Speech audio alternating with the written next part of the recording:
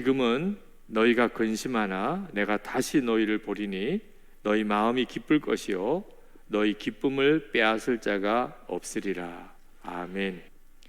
19세기에 중국 선교사로 갔던 앤 월터 핀 자매가 그 참 아름다운 자매로 미혼으로 의과대학 나오고 의사가 되어서 그리고는 선교사가 되어 중국으로 떠났습니다. 19세기니까 그때 당시에 중국으로 갔다는 이야기는 다시 가족들과 만날 수 없는 것을 말합니다. 그 어머니가 딸을 중국으로 보내고 얼마나 보고 싶었겠어요. 잘 살고는 있는지 그것만이라도 소식을 들었으면 좋겠다. 살아는 있는지. 근데 어떤 사람이 중국을 가는 사람이 있었습니다. 그래서 그 사람을 만나서 210달러, 그때 돈으로는 굉장히 컸습니다. 210달러를 그 사람에게 쥐어주면서 중국에 가면 내 딸 앤이 선교사로 가 있는데 좀 한번 만나 봐달라, 찾아봐 달라. 그리고 살아있으면 그러면 나에게 한마디 전보만 쳐달라. 세이프, 안전하게 잘 살아있습니다. 그러면 나는 소원이 없겠다. 우리 딸이 살아있다는 것만 알아도 소원이 없겠다. 그리고 그 사람이 중국으로 떠났습니다. 그리고 얼마 후에 전보가 왔어요. 딸에게서부터 전보가 왔습니다. 어머니가 기다리던 세이프라고 그렇게 전보를 달라고 했는데 온 전보를 읽어보니까 delighted, 즐겁다, 그렇게 전보가 왔어요. 여러분, 예수님 안에 있는 사람이 이런 사람이에요. 세상 사람들은 그저 살아있는 것만도 기적이라 이런 상황 속에서 그는 즐겁다는 거예요. 주님이십니다. 즐거움의, 기쁨의 근원이신 주님을 내가 아니까, 그 주님이 내 안에 계시니까, 그러니까 나도 즐거운 거예요. 우리의 기쁨의 이유는 예수님이십니다. 어떤 일이 다 잘 되어서 오는 기쁨이 아니에요. 주 예수님이 나와 함께 계시는 것을 아니까 기쁜 거예요. 다윗이 시편 16편 8절 9절에서 내가 여호와를 항상 내 앞에 모심이요 그가 내 우편에 계심으로 내가 요동치 아니하리로다. 이러므로 내 마음이 기쁘고 내 영광도 즐거워하며 내 육체도 안전히 거하리니. 다윗이 어떻게 그렇게 기쁨이 늘 있는 사람이었나? 여호와를 늘 눈앞에 모시고 살았어요. 우리는 주님이 우리 안에 오셨어요. 다윗은 하나님을 늘 눈앞에 모시고 살았어요. 그래도 다윗이 그렇게 기뻤어요. 우리는 주님이 내 안에 와 계세요. 믿어지지 않으시는 분 몇 번 확인하지만 오늘 어떻게 나오셨어요? 끌려 나오셨어요? 여기까지 오게 하신 분이 여러분 안에 계시잖아요. 여러분이 그 주님을 바라보는 눈이 뜨이셔야 됩니다. 저는 저 자신이 무슨 즐거움으로 사는지를 잘 모르겠어요. 교회가 부흥되는 것이 즐거움인가? 또는 많은 사람들 앞에서 설교하는 것이 즐거움인가? 주님은 그런 걸 즐거움으로 삼지 말라고 하셨어요. 그것은 저희 자신에게 독이라고 하셨어요. 교인이 많은 것이 즐거움이고 많은 사람들 앞에서 설교하는 것이 즐거움이고 그러면 저는 망한다고 그러셨어요. 그것은 더 이상 저의 즐거움이 아니에요. 사명이죠. 사명이니까 감당하는 거예요. 그렇지만 그것을 낙으로 삼지는 않아요. 사람들에게 많이 알려지는 게 나의 즐거움인가? 오히려 부담이에요. 사람들의 칭찬을 듣고 높임을 받는 것도 즐거움이 아니에요. 돈을 많이 받는 것도 즐거움이 아니에요. 하나님은 절대로 그것을 즐거움으로 삼으면 안 된다고 그러셨어요. 그런 유혹은 계속 있어요. 그렇지만 그거는 저에게 있어서 매우 위험하다고 하셨어요. 먹는 것도 즐거움이 아니에요. 저와 같이 지내 보신 분들은 알겠지만 먹는 게 즐거움이 아니에요. 무슨 영화를 보는 즐거움도 없어요. 즐기는 운동도 없어요. 등산을 좋아하는 것도 아니에요. 그게 재미가 하나도 없죠. 제가 생각하기에도 아무것도 재미가 없어요. 근데도 뭔가를 바쁘게 지내요. 도대체 나는 왜 이렇게 바쁘지? 나는 왜 이렇게 그냥 열심히 사는 거야? 도대체 내가 가지고 있는 즐거움이 뭐지? 그런 생각이 들 때가 있어요.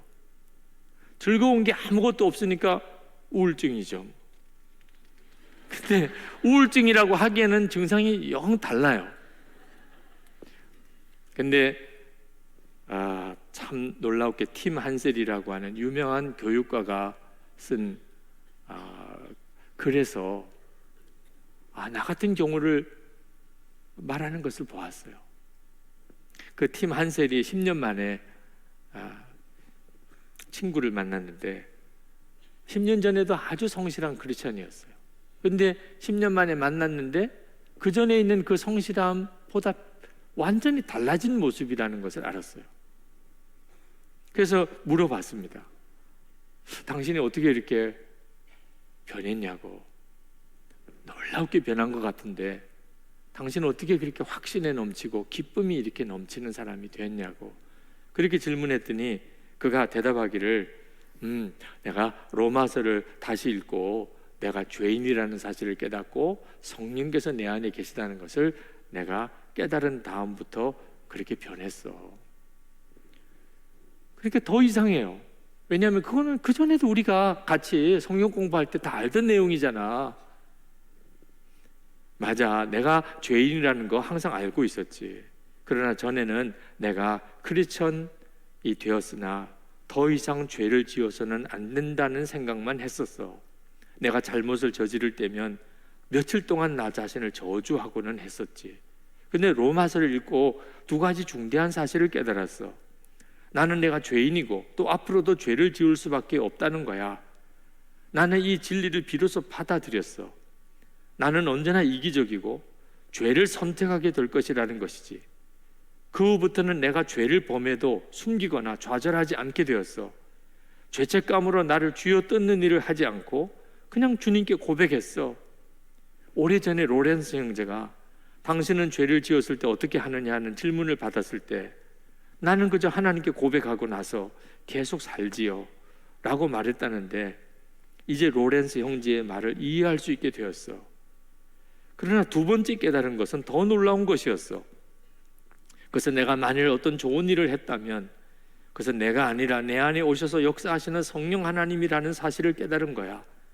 내게 좋은 변화가 일어날 때마다 난 그것이 성령님의 능력이라는 것을 알았어. 그 후부터 나는 나를 통해서 성령 하나님이 어떻게 역사하시는가를 지켜보는 재미로 살고 있어. 나는 그저 그분이 하시는 일에 감사하고 놀라고 기대하는 것뿐이야. 전에 나는 나의 죄성을 바라보며 낙심에 빠져 살았지. 그러나 예수님을 영접한 사람은 자신 안에 역사하시는 주님을 바라보며 살아야 한다는 것을 깨달았지. 이제 난 항상 내 삶에 역사하시는 주님을 보고 있어. 그것은 일시적인 감정이 아니야. 정말 생생한 사실이고 끊임없이 일어나는 사건이야.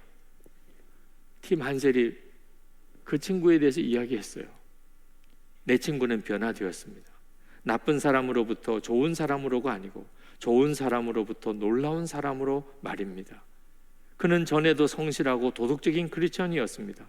그러나 그녀가 복음의 진리에 성령님에 대해서 깨닫고 난 다음 그의 삶은 불이 있는 사람, 놀라운 기쁨의 사람이 되었습니다.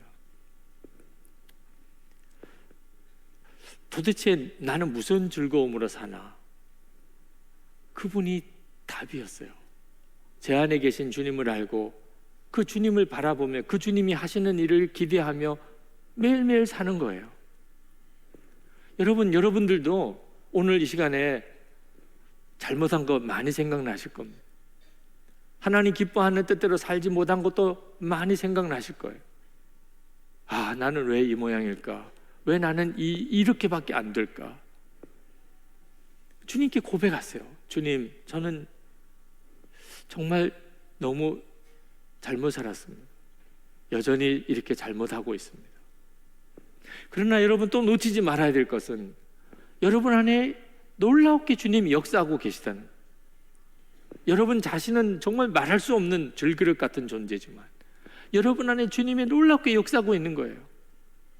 여기까지 데려오셨잖아요. 여기까지 데려오셨어요. 주님 정말 놀라우시네요. 내가 보통 성질이 아닌데 여기까지 주님이 나를 끌고 오셨네요. 기도하게 하시네요. 일어나서 기도하게 하시네요. 주님이 하시는 일을 보세요. 여러분 안에 주님이 계속 하고 계세요. 여러분이 이제 초점을, 여러분 안에 역사하시는 주님께 초점을 둬보세요. 그러면 갑자기 하루하루가 전혀 다르게 느껴집니다. 정말 놀라우신 주님이세요. 가끔 저에게 이 기쁨을 누리는 방법을 물어오는 성도들이 있습니다. 어떻게 하면 이 성령의 열매인 기쁨이 내게 맺혀질 수 있겠습니까? 간단해요. 너무 간단해요. 그냥 주님께, 주님 제게 기쁨을 주세요, 그렇게 구하면 돼요.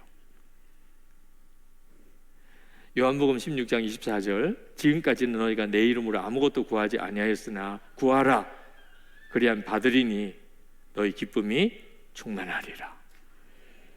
이렇게 간단할까요? 오늘 밤에 실험해 보세요. 오늘 밤에 주님 저에게 세상의 기쁨이 아니고 주님의 그 기쁨을 저에게 주세요. 뭐든지 구하고 받는 거예요. 사업이 완전히, 남편의 사업이 망해서 말할 수 없는 경제적인 어려움에 빠진 가정이 있었습니다. 집안에 먹구름이 쫙 드리웠죠. 그 중학교 다니는 아들이 있었는데 학교 갔다가 집에 돌아오는데 마음이 무거워요. 왜? 아버지 사업이 망하고 집안은 걱정으로 가득한 집안이니까. 전에는 학교 갔다가 집에 올 때는 좋았는데 지금은 집에 오는 게 두렵고 걱정이에요. 오늘 또 무슨 일이 있을까? 그리고 집에 와서 이제 현관문을 딱 열고 들어오는데 부엌에서 설거지하는 엄마가 찬송을 부르는 소리를 들었어요. 현관에서 엄마가 부엌에서 설거지하면서 찬송을 부르고 있는 거예요. 큰 소리로. 현관에서 이 아이가 멈칫섰어요. 그리고 그 짧은 순간이지만 엄마가 찬송하는 소리를 듣습니다. 근데 아이가 갑자기 눈물이 확 쏟아져요. 무슨 생각이 딱 떠오르는데 하나님이에요. 하나님. 그 아이도 교회를 어릴 때부터 다니긴 했지만 정말 하나님에 대해서, 하나님의 임재하심에 대해서 그렇게 개인적으로 느껴본 날은 그날이 처음이었대요. 그냥 교회 엄마 아빠가 가니까 따라 나간 것뿐이지, 하나님이 계신가 보다 그렇게 듣기만 했지. 근데 그날은 엄마가 부엌에서 찬송을 부르는데 하나님이 정말 나를 보고 계시다는 느낌이 드는 거예요. 그리고는 방으로 들어갑니다. 그리고는 방에서 기도를 해요. 기도를 하고 싶어요. 그리고는 가정의 문제, 아빠를 위해서, 가정을 위해서 기도하는데 막 눈물이 쏟아져요. 한 번도 자기가 그렇게 울면서 기도를 해본 적이 없대요. 근데 그날은 진짜 하나님, 우리 가정을 지켜주세요. 아빠를 회복시켜주세요. 그렇게 눈물로 기도하는데, 기도하고 방문을 열고 나오는데 집에 어두움의 그림자가 다 사라진 것 같더래요. 그 남편이, 아내는 찬송을 하지요. 아들의 얼굴이 환하지요. 사업은 망했는데 어떻게 이런 분위기가 있을 수 있어요? 그래서 다시 일어날 수 있었어요. 힘이 되니까 다시 시작할 수 있었어요. 어느 장로님의 간증, 어릴 때 그가 정말 주님을 처음 만났을 때 그 간증이 한 부분이에요. 그 아이가 나중에는 장로님이 되셨죠. 여러분, 사업이 다 망하고 기쁠 일이라고는 하나도 없는 상황에서 성령께서 그 장로님의 어머니에게 찬송하라. 설거지하면서 처음에 찬송을 처음 부를 때는 그 마음이 뜨거워서 불렀겠어요. 그런데 찬송을 입을 열어 부르기 시작하니까 그냥 찬송이 계속 크게 불러지고 찬송을 하면서 심령이 뒤집어지고 아들이 오는지도 몰라. 근데 그 찬송 소리에 아들의 심령이 바뀌고 그리고 가정이 다 바뀌었잖아요. 주님은 우리 가운데 계세요. 여러분 안에 계세요. 여러분이 진짜 주님 저에게 기쁨을 주세요 그렇게 구하고 여러분들이 나는 죽고 예수로 산다고 하는 사실을 정말 믿고 순종의 걸음을 내디디면 그러면 여러분 안에 정말 속에서부터 세상이 알지 못하는 기쁨이 넘치게 돼요. 기쁨의 사람이 되는 거죠. 오늘 제 페이스북에 누가 올려놓은 그 글을 보니까 떼쟁이 3살 된 손주를 데리고 마켓에 간 할아버지 이야기가 나오더라고요. 할아버지가 쇼핑을 하는 동안에 그 3살 된 손주가 얼마나 떼를 쓰기 시작하는지 사탕 파는 데 지나가면 사탕 사달라고 그러고 비스킷 파는 데 지나가면 비스킷 사달라고 그러고 과일 코너를 지나가면 과일 사달라고 그러고 뭐 소리를 지르고 사달라고 떼를 쓰는 겁니다. 그럴 때마다 이 할아버지가 아주 침착하게 말합니다. 진정해 윌리엄, 그리 오래 걸리지 않을 거야. 진정해. 그래도 손자가 막 떼를 부립니다. 소리를 질러요. 그러면 그 할아버지가 또 마음의 평정을 유지하면서 말합니다. 윌리엄, 잠깐만 기다려. 몇 번만 더 있으면 이제 갈 거야. 힘을 내. 심통이 난 손자는 계산대에서 카트 밖으로 물건을 막 던지기 시작합니다. 얼마나 정말 짜증나겠어요. 근데 할아버지는 그 손자의 버릇없는 행동을 보면서 조용히 말합니다. 윌리엄, 진정해. 화내지 마. 5분만 있으면 집에 갈 거야. 멋지게 기다리자, 윌리엄. 이 모습을 그 어떤 여성이 지켜보고 있었어요. 너무 감동을 받았어요. 어떻게 이런 할아버지가 있을 수 있나? 이런 손자를 어떻게 저렇게 끝까지 참고 그리고 부드럽게 달래면서 저렇게 인내할 수 있나? 그래서 그 할아버지에게 가서 물었어요. 실례합니다. 어르신 정말 훌륭하세요. 손자가 계속 떼를 쓰고 고함을 지르고 물건을 던져도 화를 내지 않으시고 침착하게 괜찮다고 타이르기만 하시니 이런 할아버지를 둔 윌리엄은 정말 행운아일 거예요. 그 말을 듣고 할아버지가 그 여성에게 대답합니다. 고마워요. 그런데 내가 윌리엄이요. 내 손자 이름은 케빈이요. 그러니까 그 할아버지는 계속 자기에게 이야기한 거예요. 윌리엄 괜찮아. 윌리엄 조금만 기다려. 이제 곧 집에 갈 거야. 조금만 참어. 그랬다는 거죠. 여러분, 우리는 우리 가운데서 계속 말씀하시는 주님을 알아야 돼요. 여러분이 어떤 상황에 있든지 여러분이 여러분 자신에게 말하는 게 아니고 여러분이 이제 여러분 안에서 말씀하시는 주님을 분별할 수 있어야 돼요. 주님은 계속 여러분에게 말씀하세요. 여러분이 진짜 주님 저에게 기쁨을 주세요 라고 하셨다면 그러면 주님은 분명히 여러분에게 어떤 상황에서든지 계속 말씀하세요. 그 주님의 말씀을 듣고 순종하세요. 그러면 역사가 일어납니다. 오늘 이 시간에도 주님은 우리를 정말 완전히 바꾸실 수 있는 완전한 복음을 가지고 계세요. 주님은 복음 그 자체세요. 우리의 삶이 어떤 형편이든지 우리를 기쁨으로 살게 만드실 수 있는 분이 주님이세요. 그 주님이 지금 여러분 안에 계세요. 여러분 자신이 죽고 예수님으로 사는 이 놀라운 십자가의 복음을 붙잡으세요.